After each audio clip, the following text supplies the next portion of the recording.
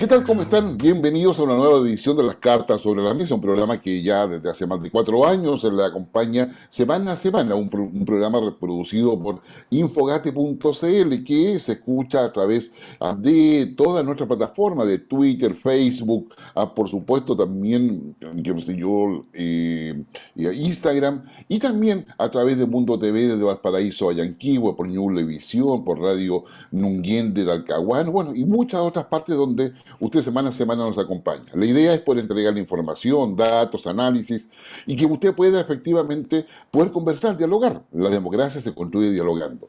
Y ese diálogo se hace siempre cara a cara y se hace con una visión, ¿no es cierto?, de un aporte. Y eso es lo que nosotros pretendemos entregarle a usted para que tenga una información, la converse en su familia, puedan dialogar, puedan incluso discrepar, pero dialogando. Si no tenemos por qué estar de acuerdo. Debemos saber lo que no queremos, que probablemente es lo más importante. En esta oportunidad tenemos un programa especial, no solamente vamos a hablar de lo que pasa en el país, sino que vamos a conocer la perspectiva de lo que es la Convención Constituyente a través de una de sus participantes, que es el representante de Distrito 2.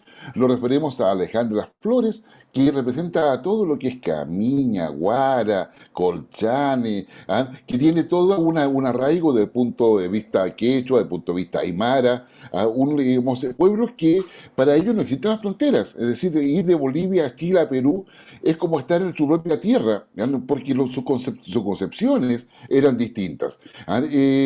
Bueno, y Alejandra Flores participa hoy día en la Convención Constituyente, un trabajo que sin lugar a duda, yo diría, tiene mucho de vocación, más allá de los tintes políticos que eso tiene, pero también mucho de sueños, ¿ya? De cómo se hace. Alejandra, muy bienvenida acá a las cartas sobre la mesa.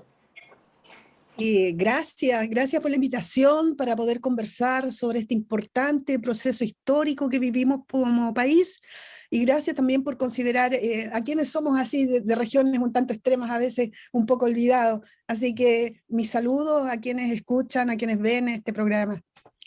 Bueno, muchas gracias, Alejandra. Y bueno, y como supuesto, a nuestro periodista estrella que se mueve por la casa donde tanto se sufre, qué sé yo, que está ahí al pendiente de lo que pasa en política, tanto en el Ejecutivo como en el Legislativo, y que ha ido, digamos, dando, digamos, yo diría, preanunciando lo que va a ir sucediendo, porque finalmente hay muchas cosas que se cocinan en el pasillo, ¿no es cierto, Mario? Sí, Guillermo, ¿cómo estás? Alejandra, también, ¿cómo estás? Sí, o sea, ha sido especialmente compleja estas últimas 2 semanas para el gobierno, y más encima tenemos encima ya, valga la redundancia, las elecciones, un proceso pero importantísimo de cara al futuro, que va aparejado también, en cierto modo, con la misma convención constituyente. Así que tenemos bastante para conversar, tenemos muchas cosas también para poder conversar con Alejandra, porque en la misma convención hay bastantes novedades, hay bastantes cosas que se están proyectando en adelante para poder seguir justamente trabajando en este futuro que esperamos todos para el país. ¿Mm? Muchas gracias. Alejandra, cuéntanos, digamos, tú le explicarías al ciudadano que ha sido conformar esta convención constitucional y empezar a construir acuerdos? ¿Cómo ha sido tu experiencia en todo eso? Porque muchos de ustedes, o sea, no se conocían ni por casualidad, digamos, o sea, se llegaron a conocer en la convención. ¿Cómo ha sido esto? Yo te cuento, para el mundo llama mucho la atención que sean 155 convencionales, haya paridad de género y además escaños reservados para pueblos originarios. Eso es inédito a nivel mundial. Por lo tanto, hay muchas personas viendo qué es lo que pasa acá. ¿Cómo ha sido tu experiencia? ¿Cómo la podrías transmitir? Bueno, ha sido hermosa, ha sido una linda experiencia. Como bien lo indicas, aquí tenemos al interior de la convención, somos 155 convencionales, 77 mujeres y 78 hombres, paridad, ya que no se da, por ejemplo, en el Congreso, que también son 155 parlamentarios. Y eso es algo que ganamos las mujeres en las calles, porque no nos regalaron la paridad, tuvimos que reclamar cuando se hizo el acuerdo por la paz. Y sobre los pueblos originarios, de los cuales yo también formo parte porque soy aymara, eh, diría, como más relevante aún, porque nosotros no estamos reconocidos siquiera constitucionalmente en esta constitución que está vigente. Siempre han postergado nuestros derechos, y en este minuto vamos a escribir esa nueva constitución. Entonces, no puede ser más relevante para los pueblos originarios la participación dentro de este proceso histórico donde esperamos lograr grandes avances y reivindicar los derechos que han sido postergados, invisibilizados por años y años en esta república.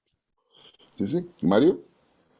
Sí, sí, Alejandra, nuevamente saludarte, justamente agradecerte pues, poder estar acá, poder conversar con nosotros y poder explicarle a la gente justamente lo que implica el trabajo de la Convención Constitucional, lo que significa ahora el trabajo que están en estos momentos empezando, que ya es la discusión de las propuestas normativas en sí para la nueva Constitución. Justamente quería preguntarte un poco, tú estás integrada en la Comisión sobre Sistema Político, Gobierno, Poder Legislativo y Sistema Electoral.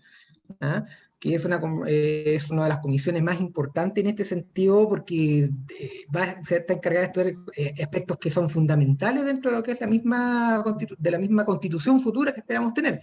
Justamente, o sea, tenemos que abordar lo que implica la conformación de un Estado plurinacional, la libre determinación de los pueblos, sistema electoral, rol de las Fuerzas Armadas, relaciones exteriores, integración regional, cooperación fronteriza, ¿ah? El tipo de gobierno, distribución de poder y la nueva institucionalidad política del país. Tú desde regiones, desde justamente un pueblo originario, ¿cómo ves esa perspectiva de trabajar ahí? ¿Cómo integrar lo que es la visión, la cosmovisión que tienen ustedes, tanto como pueblo Aymara, pero también como habitante de una región, en este caso una de las regiones temas del país, para este trabajo en la Constitución? Bueno, lo voy a ligar con la pregunta anterior, contarles que yo participo al interior de la convención de un colectivo que nos denominamos Movimientos Sociales Constituyentes. Somos 12 personas que provenimos de organizaciones y movimientos sociales. Yo, en lo particular, fui propuesta para ser, digamos, candidata a la constituyente por la Asociación Nacional de Mujeres Rurales e Indígenas, siempre se me pega la lengua, Ujú. Anamuri, ¿ya? Por Ya. Anamuri, de la cual yo soy socia más de 10 años. Y así, al igual que yo, este colectivo, compuesto de 12 personas, provenimos de diversas organizaciones de lucha ambiental, ecológica, social, en fin. Entonces, y nosotros, digamos, somos 10 mujeres y 2 varones allí, y 2 varones con perspectiva feminista totalmente. Nos hemos organizado para tener presencia en cada una de estas comisiones, ¿ya? Porque para poder plasmar en ella los mandatos que tenemos de nuestras organizaciones base. En este sentido, claro, es muy importante la comisión que tú indicas. Yo debiera haber estado por los temas que aborda mi organización, quizás debiera estado en la comisión de medio ambiente, ¿ya? O yo he sido dirigente de salud, dirigente nacional, quizás también allí, o por mi condición de profesora debería haber estado en la comisión de derechos fundamentales. Pero analizamos que había que tener participación en esta comisión 1, como bien lo decía, se va a definir el sistema político, el sistema futuro de gobierno, si lo vamos a cambiar o no, de qué manera se va a eso a plasmar, es parte de este rico debate constitucional que ya empezó a través de los discursos que se hicieron de apertura y después a través de las audiencias públicas donde nos hemos estado nutriendo de diversas propuestas que hace la ciudadanía, las instituciones, las universidades, en fin, acerca de qué sistema de gobierno va a ser mejor para nuestro país. Continuar con el presidencialismo actual, cambiarlo, mirar hacia un parlamentarismo, son parte de estos debates que estamos realizando. Y sobre el tema de la plurinacionalidad, por ejemplo, que también vamos a discutir en nuestra comisión, para nosotros los pueblos originarios es relevante y lo hemos plasmado ya en los reglamentos de la convención, ya el principio, digamos, de la plurinacionalidad. ¿Y qué quiere decir esto? El reconocimiento de la diversidad de pueblos y naciones que componen nuestro país. Y como les indicaba al inicio, nosotros ni siquiera estamos reconocidos, pero esperamos que aquí sí se pueda reconocer y los pueblos, todos los pueblos originarios tengan derecho a decidir su propio tipo de desarrollo, se puedan respetar su cultura, sus idiomas, sus lenguas en sus respectivos territorios. No, a mí me parece que es muy importante. Desde afuera, normalmente, uno mira a la Convención Constituyente con toda la diversidad que hay, incluso estando dentro de la Convención, gente que antes estaba en la calle protestando, digamos, el esfuerzo de diálogo que se da al interior, los matices, los intereses que se tienen que conjugarse, Yo espero sinceramente que la convención sea la gran lección de educación cívica que nuestra democracia necesita, porque ahí es posible construir el diálogo. ¿Cómo ha sido esa, esa construcción de diálogo, Alejandra? ¿Ha sido difícil, digamos, encontrar a personas que tienen otra perspectiva, que no siempre están dispuestas a ceder o a entender? ¿Cómo ha sido esa experiencia? Bueno, nosotros, como les contaba, lo primero fue encontrar personas afines, o sea, ese colectivo que les nombro, movimientos sociales, nos conformamos al interior de la convención y no nos conocíamos antes de llegar a la convención, ¿no? Y por afinidad nos coordinamos, nos organizamos. Digamos, Alejandra, sin lugar a duda, tu participación, digamos, coloca no solamente desde el punto de vista feminista, sino desde el punto de vista de estar en un espacio de toma de decisiones que va a definir muchas cosas de aquí en adelante para el país. ¿Ah? Digamos, ¿cómo ha sido el diálogo respecto al futuro que se quiere? Digamos, ¿han podido conversar sobre aquello? Digamos, ustedes tienen un colectivo que lo han ido conformando entre las personas con afinidad, como tú nos contabas, dentro de la Convención Constituyente. ¿Ya? ¿Cómo se ve el tema o sea, del diálogo de futuro, considerando las distintas visiones que hay dentro de esa convención? Claro, pero hay que recordar que esta convención ha sido posible porque fue apoyada mayoritariamente por un 80% de la población que se manifestó a favor de este plebiscito y a favor de la participación ciudadana, es decir, de que los constituyentes fuéramos de estos movimientos y organizaciones sociales. Y así es en una gran mayoría, es decir, nosotros somos un colectivo, movimientos sociales constituyentes, están los pueblos originarios, están otros colectivos de pueblos independientes o de organizaciones sociales, y también los hay de partidos progresistas algunos, y diría que es un sector minoritario, aquel sector que estuvo por el rechazo a estos cambios constitucionales y que hoy no tiene mayor relevancia dentro de este proceso constituyente. Por lo tanto, en aquellos grandes temas, en aquellas grandes demandas ciudadanas, yo creo que sí es posible avanzar. ¿Ya?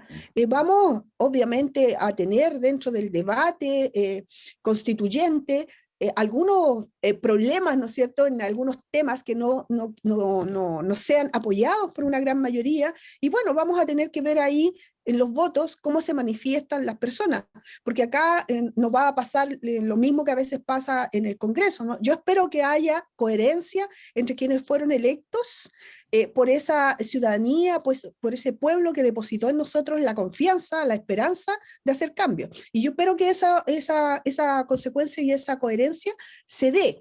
Y si no, estamos nosotros también ahí como para pedir estar ahí al interior de la convención, ¿no es cierto?, haciendo ese lobby necesario para buscar los apoyos y poder aprobar esas grandes demandas ciudadanas.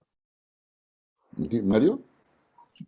Alejandra, mira, justamente ya entrando un poco lo que es el trabajo mismo de usted ya dentro de lo que es de la nueva constitución, ¿cómo ves tú lo que sería un modelo de constitución más o menos, podríamos decirlo, ideal para el trabajo que están haciendo ustedes? Uno siempre habla, por ejemplo, de constituciones, va desde de la constitución mínima, por decirlo de alguna forma, que son las de los países anglosajones, por ejemplo, y llegar al extremo de lo que es Estados Unidos, que tiene un cuerpo constitucional mínimo que se va nutriendo después con interpretaciones de Corte Suprema, adenda, etcétera.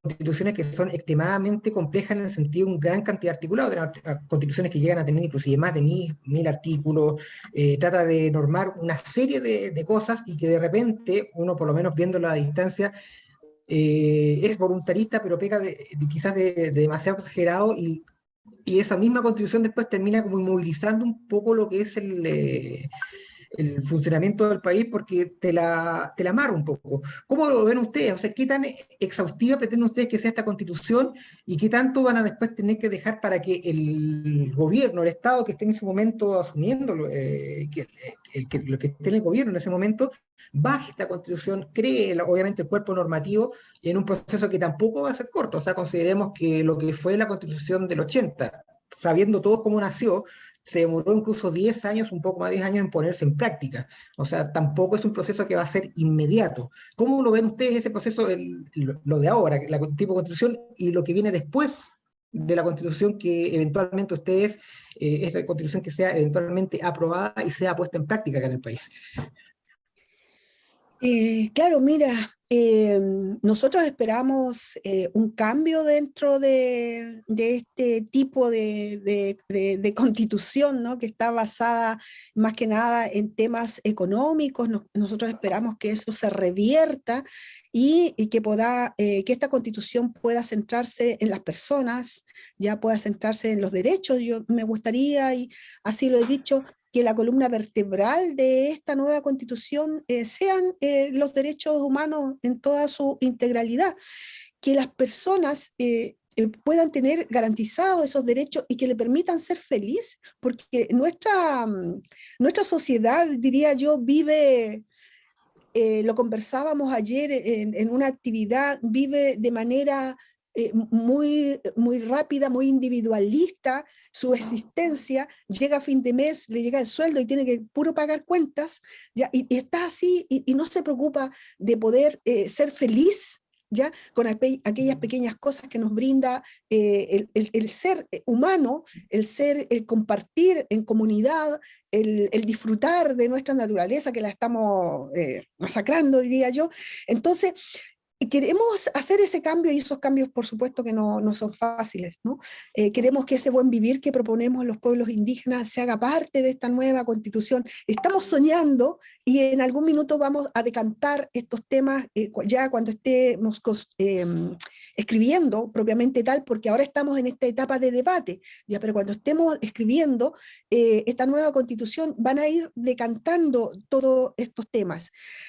Creo que aquí es importante también considerar que aquello que logremos, como efectivamente lo indicas, no va a ser para ahora, ¿no? Va a darse un proceso largo de ajuste del normativo, de las leyes, Claro. que se van a ajustar a esta nueva propuesta constitucional. Y eso no es de un año o de pocos años, por eso que es la importancia de este proceso constituyente, porque rige precisamente por muchos años, ¿ya? Y son periodos largos.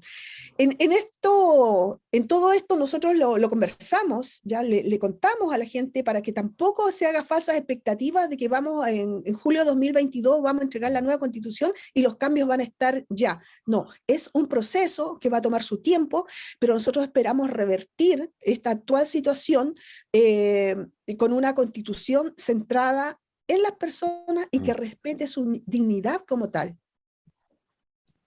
Ujú, sí.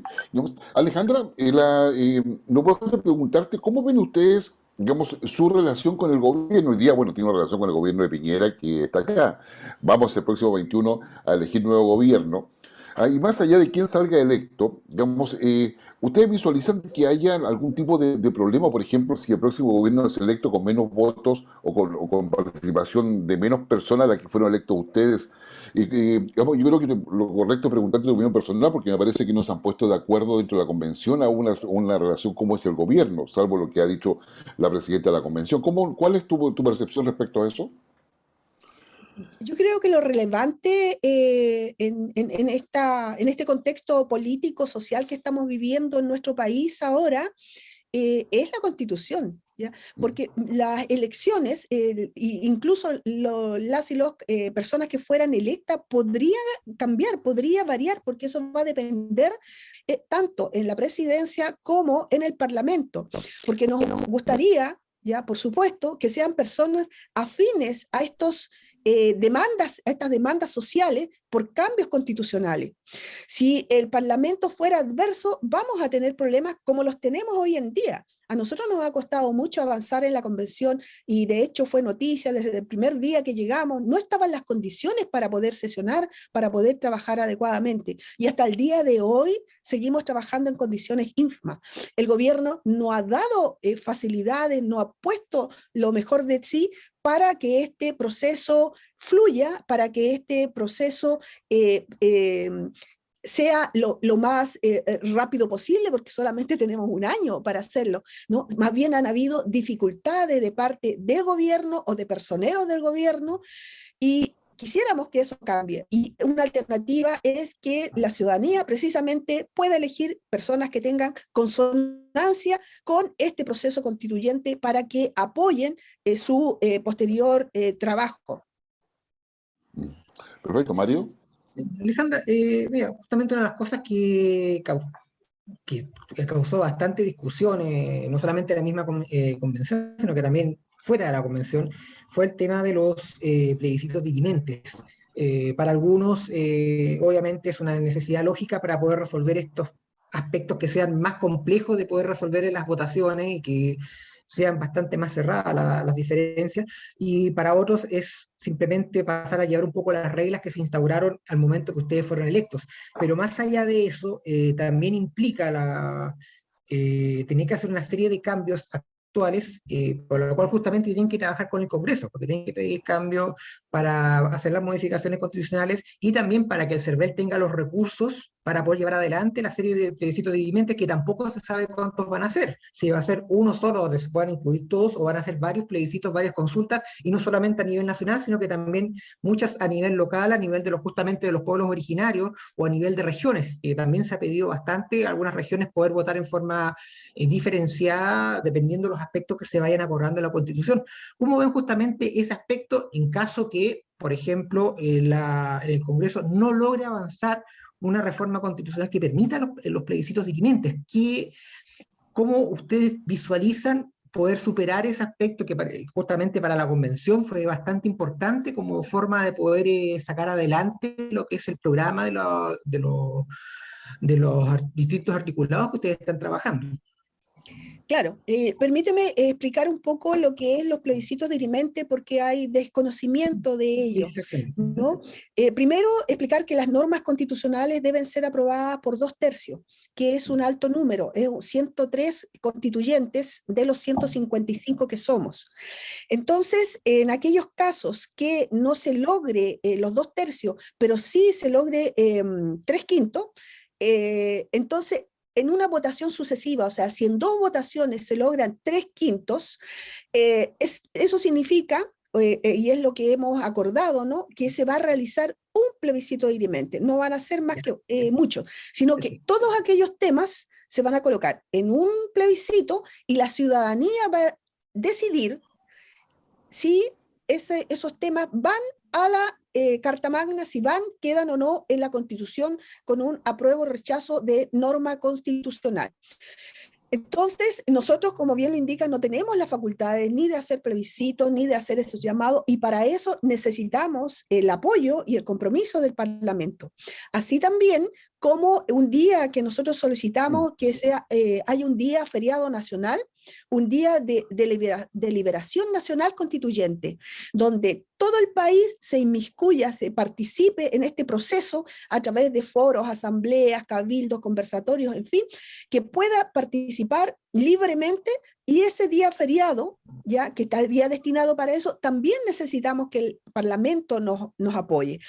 Entonces, por eso que es relevante ya poder que salgan electas personas y que tengan sintonía con estos avances, porque si no, efectivamente va a haber trabas y no nos van a dejar avanzar como ha estado sucediendo en algunos casos ahora, ¿no? Así que eso esperamos que la ciudadanía pueda apoyar eso, a las personas que están en sintonía con este proceso constituyente. Se podrían hacer cambios, sí, pero no lo hemos debatido ni lo hemos hecho. Nosotros estamos esperando que el Parlamento sí apruebe estos temas, digamos, que legisle sobre ellos, y sí estamos informando a la población de que depende de ellos. O sea, lo ideal sería que todo el pueblo, todo el Parlamento, toda la ciudadanía esté comprometida con este proceso, ¿ya? Pero en la práctica vemos que hay un sector que sigue oponiéndose a estos cambios y hacen uso de todas las facultades que tienen en las distintas esferas, ya sean gubernamentales o parlamentarias, o al interior de la convención también, para dificultar el avance de este proceso. No, definitivamente, yo creo que estamos frente a a un gran desafío, eso no me queda la mínima duda. Alejandra, ¿cómo ustedes van a enfrentar los temas digamos, dada la comisión en que tú estás, por ejemplo, con lo que es la perspectiva respecto a las policías, carabineros, investigación, las Fuerzas Armadas, el gran debate si deben estar o no en la Constitución? ¿Cómo lo ven ustedes eso? No lo hemos conversado al interior de nuestro colectivo, estamos, como les indicaba, Ujú. recibiendo información a través de las audiencias públicas, a través de estos conversatorios, estamos recabando todo eso para poder después dirimir, para poder conversar sobre estos temas. Ahora sí hay una demanda que uno la ve expresada, por ejemplo, en las redes sociales y en otros lugares donde la ciudadanía pide cambio especialmente en lo que compete a la policía, a carabineros, que ha tenido una labor muy represiva en cuanto a las demandas sociales. Ya hace poquito se supo, ¿no?, de un comunero mapuche que indican los primeros peritajes que fue ajusticiado. Entonces, a nosotros nos dan a conocer que esos son enfrentamientos entre el pueblo mapuche y la policía, y al final, finalmente se sabe que eso no es así. Lo mismo sucedió con Camilo Catrillanca. Entonces, la ciudadanía hace eco de esta situación que ve, digamos, de este actuar policial, que en vez de apoyar, ya en vez de proteger a la ciudadanía, está actuando con una política que no se condice con estas demandas y necesidades sociales. Por lo tanto, es posible que, bueno, este debate se va a dar, ¿no? A partir ya de enero, hasta el 7 de enero se reciben también propuestas de iniciativas de norma y todo eso, y después se viene todo este debate. Entonces, por supuesto que vamos a estar ahí conversando y vamos a tomar, como siempre, aquella decisión que vaya en sintonía con la demanda ciudadana y con aquello que logremos el apoyo mayoritario al interior de la convención, porque no basta ya con las demandas ciudadanas, necesitamos el apoyo, como indicaba, contar con los 2/3 para aprobar normas constitucionales. Sí. No, Alejandra, la verdad que nos quedan muchas preguntas en el tintero queremos agradecerte tu buena disposición para poder estar con nosotros y explicarle justamente, digamos, a la ciudadanía cuál es la perspectiva con que se está discutiendo dentro de la Convención Constituyente, mucho más allá de las posiciones mediáticas rimbombantes, sino que con el argumento, la convicción que tú lo has hecho. Así que, Alejandra, sé que tienes otras actividades, muy agradecido por haber compartido con nosotros y espero que nos puedas acompañar ya, digamos, en una segunda oportunidad para poder ver cómo va todo este proceso en la comisión en la cual tú estás participando y en la convención en general. Gracias al programa Las Cartas sobre la Mesa, porque como bien lo dice el nombre, ¿no? Aquí a conversar estos temas que son importantes en este minuto, en este contexto, y, y este proceso constituyente que es relevante para nuestro país y que el mundo precisamente está mirando. Agradecida y saludos para todos y todas. Ok, muchas gracias. Muchas gracias, Alejandra. Nosotros vamos a una pequeña pausa y volvemos de inmediato en las cartas sobre la mesa.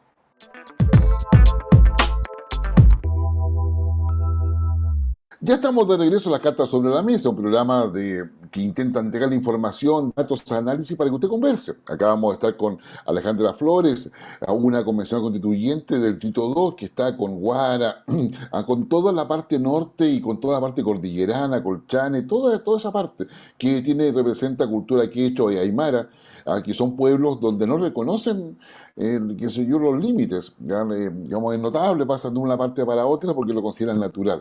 Bueno, pero eso son culturas que ya se han ido perdiendo, tal como lo explicaba Alejandra. Pero en nuestro país, ¿ya?, como todo sucede en Santiago, lamentablemente en muchas ocasiones, afortunadamente en otras pocas, ¿ah? No, digamos, finalmente el presidente se salva de una acusación constitucional, el Senado no la aprueba, los votos no están, es un juicio político, hay que recordar que lo penal sigue su propia vía, tienen que evaluar si hay antecedentes suficientes para alguna acción judicial. Tenemos a su vez ya el cierre de las campañas, el último debate, que quien más sufrió ahí pareciera haber sido Kast, revive Sichel de alguna forma, según todas las opiniones que se recogen. Y contamos con la expectativa, no sé qué otro tema se nos queda fuera, pero yo diría que hoy día está la idea de, bueno, cómo llegamos pronto al 21 de noviembre y cómo pasamos esa fecha, ¿no, Mario? Exactamente, o sea, para la moneda el martes fue un día de dar vuelta a la página, definitivamente. Para ellos era salir de lo que era obviamente un flanco peligroso, pero un flanco que para ellos siempre estuvo más o menos de una u otra forma controlado. O sea, nunca se pusieron en el escenario, si lo hicieron fue un tema bastante más simplemente estratégico de ver que el presidente eventualmente fuera acusado de esa acusación pasar en el Senado, pero al final los cálculos que ellos mismos habían sacado y que por lo menos expresaban públicamente se dieron y la acusación no pasó del Senado, tuvieron los votos prácticamente unánimes de todo el oficialismo, casi unánime porque tenemos claro que Manuel José Sandón se abstuvo. eh, yo creo más bien para no quedar mal con el sector, pero él, por la forma, el discurso que ha tenido durante los últimos 2 años, ha sido claramente una persona bastante opositora a la que es la figura del presidente Piñera, y yo creo que en condiciones más estrechas el voto de él hubiera sido dirimente y claramente hubiera sido en contra de, de Piñera, o sea, claramente, pero lograron sacarlo. La celebración fue bastante sobria, o sea, para ellos claramente fue un triunfo, pero tampoco es como para estar tirando chaya al aire, celebrar, hacer fiesta, porque quedan 4 meses los cuales tienen que tratar de sacar adelante lo que les queda de agenda y que la posición les permite sacar también. Y también porque este fin de semana tenemos, como tú bien decías, tenemos las elecciones que va a definir un curso bastante importante para el país de lo que se viene. O sea, va a ser una elección donde se van a definir muchas cosas. Y como bien decías, también se han Mm. tomado posiciones. El último debate fue importantísimo y claramente y quien salió perjudicado ahí fue José Antonio Kast, principalmente porque literalmente se puso adelante de un pelotón de fusilamiento. O sea, para él fue complejo recibir el ataque. Claramente no fue coordinado, pero se dio en el momento de todos los candidatos y también de periodistas que no fueron especialmente afables con él. Fueron bastante duros y más allá también de los errores que cometió el propio Kass en sus respuestas, la presión se notó, fue demasiado obvio, fue demasiado notorio esa presión que también lo llevó a cometer otros errores adicionales, increpar directamente a una periodista, eh, no recordar algunos aspectos de su propio programa, claramente son cosas que pasan la cuenta. Ahora, si lo tomamos también desde otro punto de vista, en algunas encuestas internas, que obviamente en esta semana no se pueden hacer encuestas públicas, no se pueden conocer, es parte de la normativa, pero se filtran encuestas privadas que son para ciertos grupos, que las empresas preparan para ciertos clientes, en la cual si bien se nota esta derrota, podríamos decirlo de una forma, no cambió tanto el panorama en apariencia. Quedó bastante equilibrado. La situación entre Boric y Kass pareciera estar más o menos en la línea, se nota la recuperación de Sichel, pero el problema que se podría ver para el candidato oficialista en estos momentos es que había caído demasiado abajo en las encuestas. Entonces la recuperación que efectivamente sostuvo con este programa, con este debate televisivo, no se ve claro que le alcance para poder pasar más allá. Ahora, las sorpresas se dan. Y si recordamos lo que fueron el impacto, lo que fue las primarias, las sorpresas se dieron en ambos sectores. Sichel no se esperaba que ganara y ganó con bastante diferencia sobre candidatos bastante más posicionados, por lo menos públicamente. En el caso de Apruebo Dignidad también fue el mismo caso. Cuando se esperaba que ganara Jadwe, fue finalmente Boric el que terminó pasando la planadora. Entonces tampoco los comandos podrían cantar victoria y el escenario final para el 21 se ve bastante incierto aún, porque no está definido. O sea, el ejemplo de las primarias fue bastante notorio y más allá de lo que indique las encuestas, todavía no hay una mayor claridad. O sea, todo dice que en este momento deberán pasar Gabriel Boric y José Antonio Kast, pero obviamente las urnas siempre terminan diciendo, tienen la palabra y también dicen otra cosa. Entonces habría que esperar en un escenario que es claramente complejo y es claramente todavía incierto. Mm. Mario tiene razón, pero también yo agregaría un elemento que es esencial y que de alguna forma lo conversábamos, lo preguntaba a nuestra invitada Alejandra Flores en el primer bloque. Digamos, lo que va a definir este 21 es el nivel de participación. Y por lo tanto, si el porcentaje de participación de esta presidencial más allá de que se elijan como diputados, senadores y consejeros regionales, es menor al porcentaje que participó en la elección de los convencionales constituyentes, o menor a lo que fue el plebiscito de entrada, particularmente en octubre del año pasado, claramente el próximo gobierno va a quedar con una insuficiencia de legitimidad, con una debilidad que hasta en su legitimidad, dado la cantidad de gente que participa. Y eso genera también en la convención un empoderamiento en términos que la convención puede definir cómo se hacen las cosas más allá de su función específica que le ha encomendado en esta pasada, ¿no es cierto?, la reforma constitucional para poder hacer una nueva constitución. Recordemos que hay fuerzas que están interesadas en que el próximo gobierno sea breve, en que haya un gobierno de transición, ¿ah? Que el Congreso no se disuelva, etcétera. Hay varias fuerzas. Entonces el tema de la participación para este domingo pasa a ser, yo creo que diría bastante relevante. Yo creo que eso respecto a lo que se refiere la relación entre convención y gobierno. Digamos, es importante que haya mayor participación. Por lo tanto, nuestro llamado desde nuestro programa, vaya a votar, no importa por quién vote, ¿ya? Pero participe. Lo importante es que participe. Yo creo que eso es fundamental. Y lo otro, respecto a tu señalar, Mario, yo hoy día tomaría lo que dicen las encuestas como una hipótesis.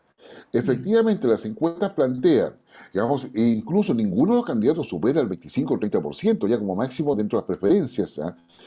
Y va quedando entre un 22 y un 40% de que uno podría llamar indecisos, o voto oculto, como quiera que se llame. Por lo tanto, lo que han hecho las encuestas es plantear una hipótesis posible, que sé yo, de suceder que estén Boris y Kast. En la perspectiva que yo lo veo, el comportamiento electoral que hoy día tenemos en Chile, digamos, es bastante concreto, al menos en dos líneas. Primero que no estamos polarizados. O sea, si hubiésemos estado polarizado el plebiscito de entrada el 25 de octubre del año pasado, hubiese sido 49,5, 50,5, pero fue contundente 80-20. Los que estaban por el rechazo, que pensaban que tenían un 40% y que había que alcanzar el 50%, finalmente quedaron reducidos a 20%. Ya, por lo tanto, digamos, no estamos polarizados. Yo creo que eso es el primer dato. El segundo, que el electorado quiere una vía institucional. Es impresionante. O sea, la crisis política se resuelve por el Acuerdo de Paz Social y Nueva Constitución del 15 de noviembre del año 2019. Se va estableciendo una vía institucional con las reformas constitucionales que abren camino a lo que hoy día tenemos. Incluso una acusación presidencial de destitución queda dentro de la vía institucional. No hay gente en la calle pidiendo la salida, no hay una efervescencia política o polarización a este respecto. Entonces, la vía institucional se ha impuesto. Efectivamente se quiere cambio y transformaciones, eso está, no hay ninguna duda.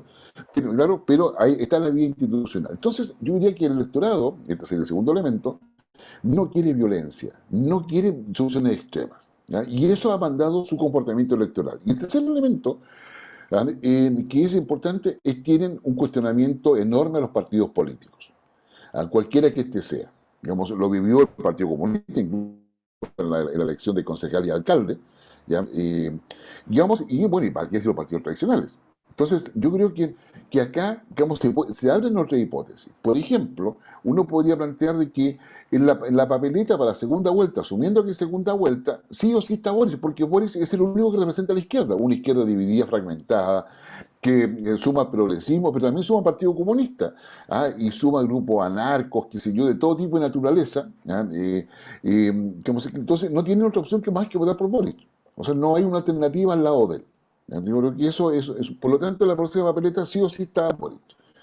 Si yo voy siguiendo el mismo desarrollo el mismo argumento, claro, difícilmente va a estar Kast, ¿ya?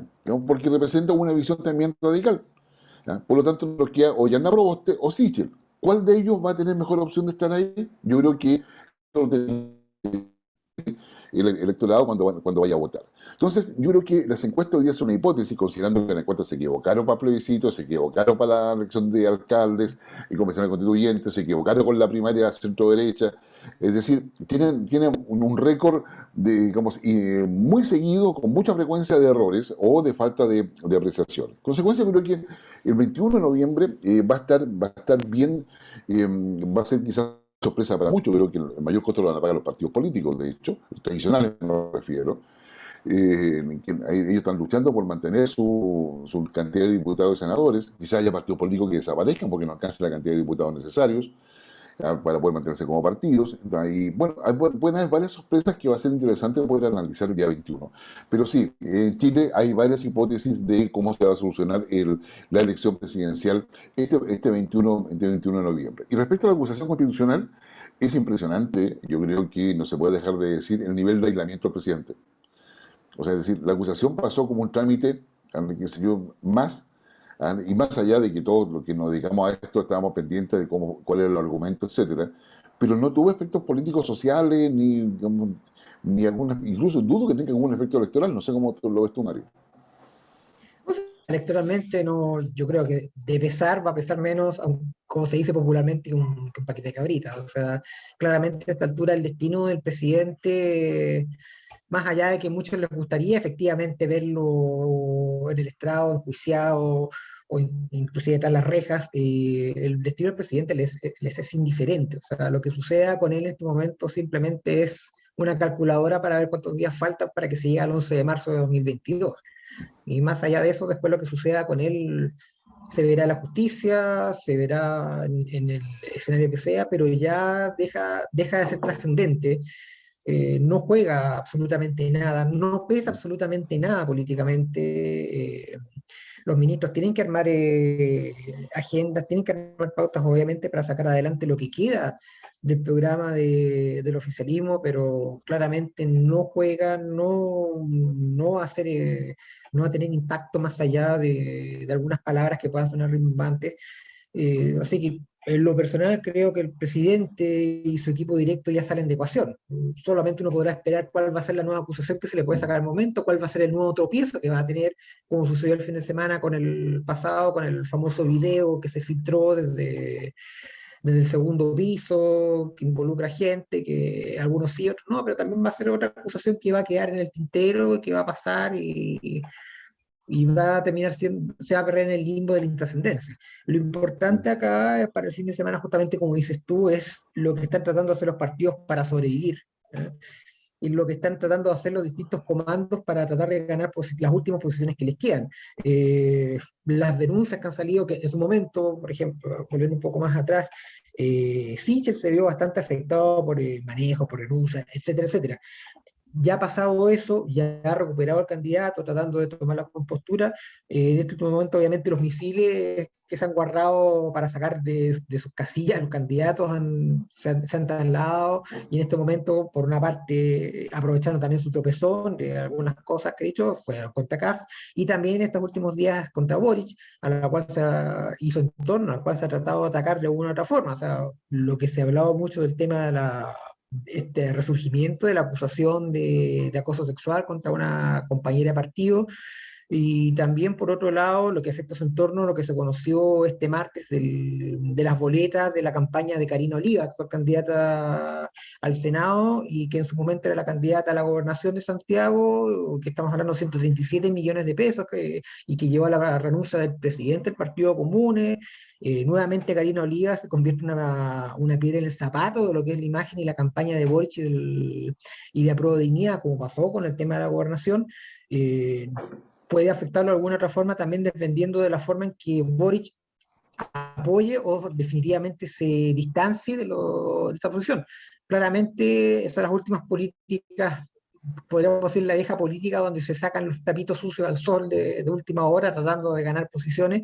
Es lo que justamente la gente odia de la política tradicional y que parece que algunos no entienden. Más allá que efectivamente si se trata de cosas que son ilegales deben investigarse, de mismo Borch lo dijo, de hecho es una situación que tiene que investigarse y que tiene que llegarse a las consecuencias que se tengan que llegar. Pero son cosas que no le gustan a la gente, que molestan, y más allá del efecto que pueda tener en votos puntuales, no dejan buen pie, obviamente, al escenario político, y podría eventualmente afectar a la participación de la gente. Como dices tú, lo importante es que la gente participe. Fue en los años previos, la gestión de Piñera, mucha gente decía, Piñera no es mi presidente, no me representa, pero cuando uno le decía, ya, pero usted participó, ¿qué hizo usted para que Piñera no saliera? No, yo no participé. Entonces, después a veces mucha gente que protesta, que está en contra de política, eh, sale a las calles, pero no ha hecho nada justamente para evitar que los malos gobernantes, los malos políticos estén ahí en el lugar cometiendo los errores, aprovechándose a la gente. Entonces el llamado justamente es a votar. O sea, si queremos evitar que se siga repitiendo esto, que esto se propague en forma ad eternum, necesitamos que la gente vaya a votar, la gente participe, como dices bien tú, que vote una elección, independiente cuál sea su elección, o sea, que elija, pero que participe, justamente para poder después tener también la calidad moral de decir, le estoy pidiendo cuentas porque fue mi voto y usted está violando lo que es la representatividad y yo necesito que usted haga para lo que se eligió. ¿No? Exacto. No, exactamente. O sea, y ahí quiero aprovechar porque no hemos dedicado a ver lo de Kass, Boris, Sichel y Proboste. Ahora, ¿qué pasa con Franco Parisi, con el MEO, con Marco Enrico Minami, Eduardo Artés? Porque en el fondo Franco Parisi, yo de repente pienso que va a canalizar el voto castigo, es decir, como no me gusta ningún candidato, voto por Parisi que nunca ha venido, ni siquiera lo conozco, qué sé yo, o es muy simpático, en fin, lo que se quiera, porque además Franco Parisi tiene partidos, el Partido por la Gente, que lleva candidatos a diputados, senadores, entonces tiene una estructura. En su cuenta en el Cervel lo que le han donado 547.000 pesos, una cosa así. ¿Ya? Marco Enrico Minami, yo diría, qué sé yo, encanta a un nicho de la población sin lugar a dudas. ¿Ah? Y Eduardo Arte con la banda, ¿no es cierto?, de la, de la ortodoxia marxista más pura, ¿ah? Blandiendo ahí frente a un PC que acusa de traidor. Digamos. O sea, ahí hay una gran cantidad de elementos. ¿Cómo ves a esto, a los outsiders probablemente de esta campaña presidencial? Mira, justamente de los que nombras, uno del que siempre tiene mayor claridad y es una claridad que se agradece es justamente Eduardo Ortiz, a quien hemos tenido la posibilidad también con quien hemos podido conversar aquí en el programa. ¿No? Nosotros es absolutamente claro, transparente, uno jamás lo va a poder acusar de decir que le está mintiendo a la gente. O sea, él desde el principio ha expresado su posición y la ha mantenido a rajatabla. O sea, uno con él, la gente que escoja votar por él, tiene claro que es su posición, es lo que ha dicho, es lo que él piensa, es lo que pretende hacer, y es absolutamente transparente. Si tú me preguntas por Franco Parisi, lo de París es un fenómeno bastante extraño, considerando que él desde el año pasado trabajaba muy duro con el tema de redes sociales. Él, exposición pública, era mínima. Siempre su trabajo fue a través de redes, formando un equipo en ese sentido, y ese trabajo ha dado, a largo plazo ha dado sus frutos, o sea, ha mantenido una comunidad bastante fiel en ese sentido, y como bien dices tú, también tiene la posibilidad y tiene, entre comillas, el encanto de ser el voto de castigo para quien no quiera votar por las otras opciones.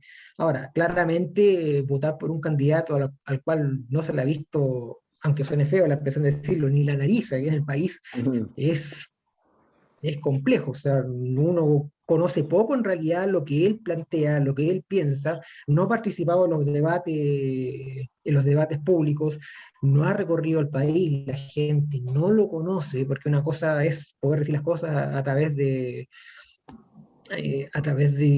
medios digitales, a través de distancia, y otra cosa muy distinta es poder conversar, estar en la mano, por decirlo de una forma, tocar al candidato, que es lo que muchas veces se pretende para poder conocer, para poder tener ese feeling de lo que es su pensamiento y lo que implica. ¿Mm? Y en el caso de Marco Enrique Así es. Sominami, bueno, es un personaje ya conocido de años en estas lides. Uno podrá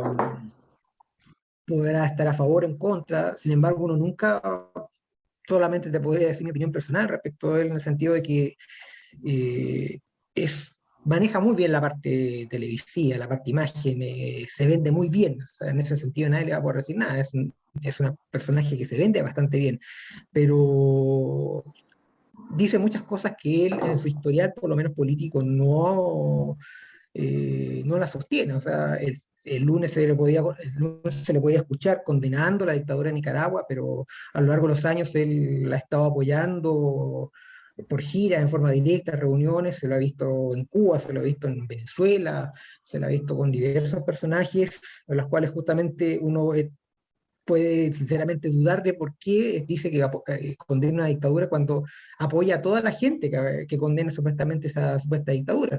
Entonces, es complejo.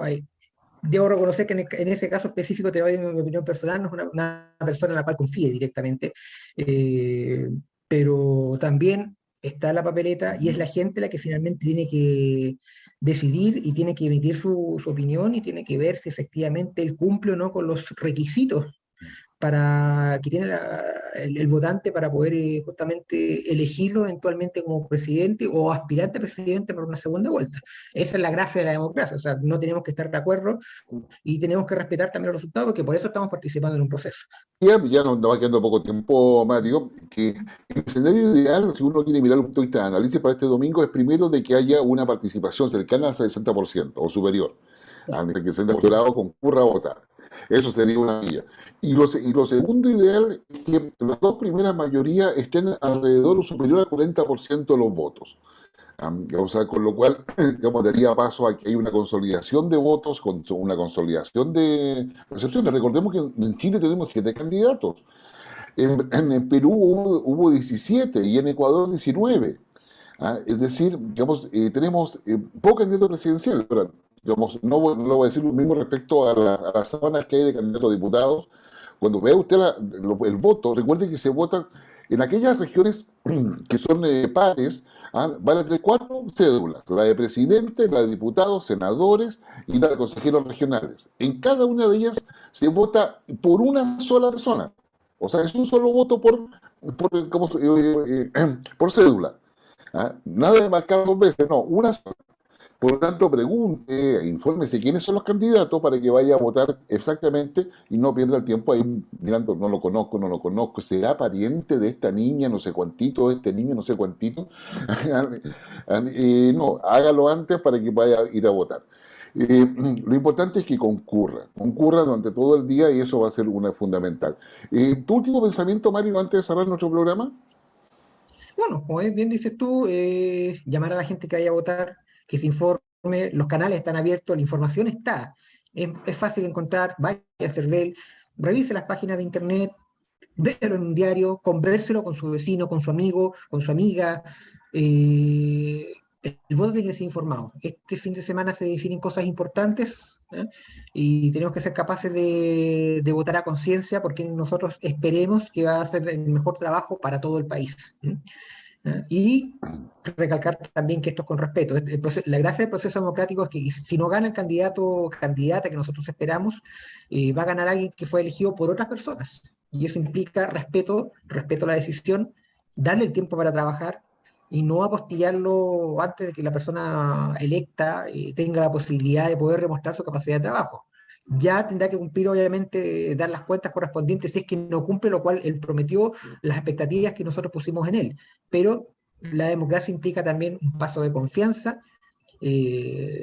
confiar en la elección de uno, confiar en la elección del resto y confiar en que la persona que está frente a nosotros pidiendo nuestro voto es una persona adecuada para poder cumplir el trabajo en favor del país, que es lo que principalmente importa. Así que, por favor, día domingo, vaya a votar, tome la decisión a conciencia, pero confíe en que el proceso va a elegir finalmente a las personas que son más idóneas para trabajar el país, sea el ideario que tengan propiamente tal. Aquí no importa eso, lo que importa es que saquen al país adelante. ¿Mm? Sí. Gracias, Mario. Gracias a ustedes que nos acompañan. No se olvide, estamos en pandemia, así que distancia social, mascarilla, alcohol gel, lavarse las manos. Eso es importante.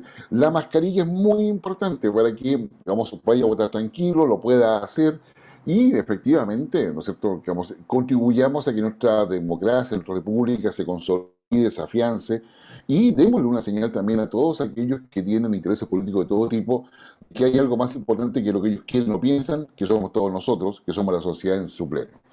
Los invitamos a que vayan a votar el domingo entonces, junto con Mario, junto con todo el equipo de Infogate, a aquellos que están detrás de las cámaras, como se diría en ustedes de televisión, y todos aquellos que hacen posible que estemos semana a semana con ustedes.